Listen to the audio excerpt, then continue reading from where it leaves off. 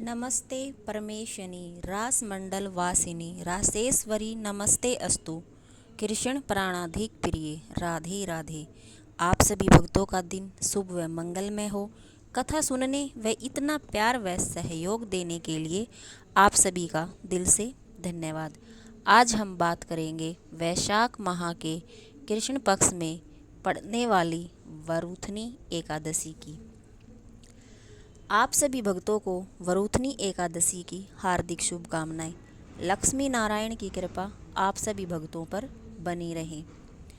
प्रत्येक माह के शुक्ल पक्ष व कृष्ण पक्ष में एकादशी पड़ती है और एकादशी का व्रत धारण किया जाता है, जो कि एकादशी का व्रत भगवान विष्णु व कृष्ण जी को बहुत ही प्रिय होता है।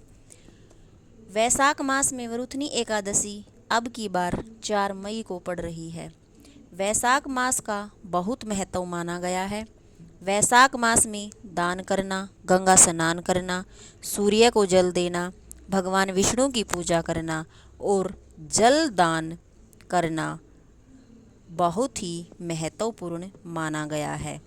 कहते हैं कि इस व्रत के करने से मनुष्य के सभी पाप नष्ट होते हैं और उन्हें स्वर्ग की प्राप्ति होती है। वहीं पर वैशाख मास की वरूथनी एकादशी का बहुत महत्व माना गया है। यह एकादशी अपने आप में बहुत महत्वपूर्ण है। जो भी भक्त सच्ची श्रद्धा व भाव से वरूथनी एकादशी का व्रत करते हैं, तो जो फल कुरुक्षेत्र में ग्रहण के समय सवर्ण दान से प्राप्त होता है, वही फल वरूथनी एकादशी के व्रत से प्राप्त होता है। इस व्रत के करने से हजारों गौदान का पुण्य प्राप्त होता है। वरूथनी एकादशी का व्रत करने वाले को सभी पुण्य अनायास ही प्राप्त हो जाते हैं। शास्त्रों में कहा गया है कि हाथी का दान घोड़े के दान से और घोड़े के दान से भूमि का दान उत्तम है और उससे उत्तम है तिल का दान, और तिल से सवर्ण दान और सवर्ण से अन्नदान श्रेष्ठ है। तो इसलिए इस एकादशी को जो भी अन्नदान करता है उसे पुण्य की प्राप्ति होती है और उसकी सभी मनोकामनाएं पूर्ण होती हैं। आइए अब शुरू करते हैं वरूथनी एकादशी की कहानी। प्राचीन काल में नर्मदा नदी के तट पर मानधाता नामक राजा राज्य करता था। वह बहुत ही दानशील और तपस्वी था। एक दिन जब वह जंगल में तपस्या कर रहा था, तभी वहाँ एक जंगली भालू आया और राजा का पैर चबाने लगा। परंतु राजा घबराया नहीं, अपनी तपस्या में लीन रहा। उसने तपस्या के धर्म का पालन किया। क्रोध व ईर्ष्या न करके वह भगवान विष्णु से प्रार्थना करने लगा।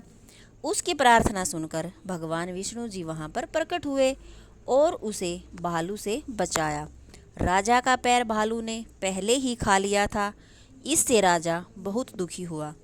उसे दुखी देखकर भगवान विष्णु बोले कि हे वत्स, शोक मत करो, तुम मथुरा जाओ और वहाँ जाकर वैशाख मास में पड़ने वाली वरूथनी एकादशी का व्रत रखो।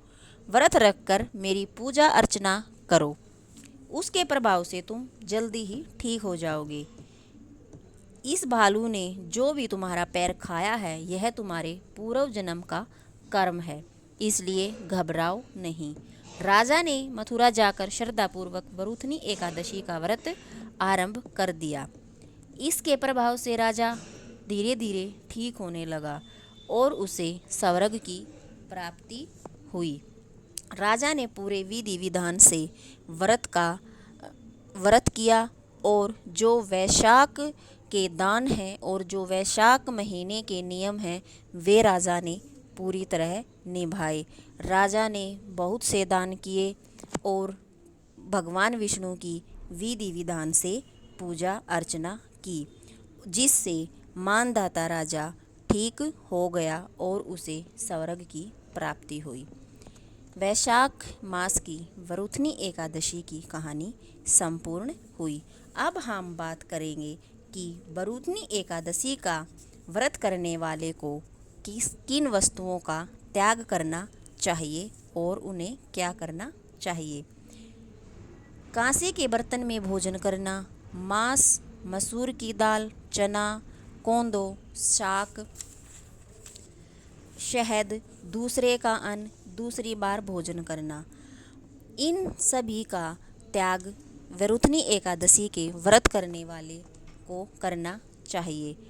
उस दिन जुआ नहीं खेलना चाहिए, सोना नहीं चाहिए, रात को कीर्तन करना चाहिए, भगवान विष्णु का नाम लेना चाहिए। उस दिन पान नहीं खाना चाहिए, दातुन भी नहीं करनी चाहिए और दूसरों की निंदा व चुगली भी नहीं करनी चाहिए। उस दिन क्रोध भी नहीं करना चाहिए और व्रत में नमक, तेल तथा अन्न का भी त्याग करना चाहिए।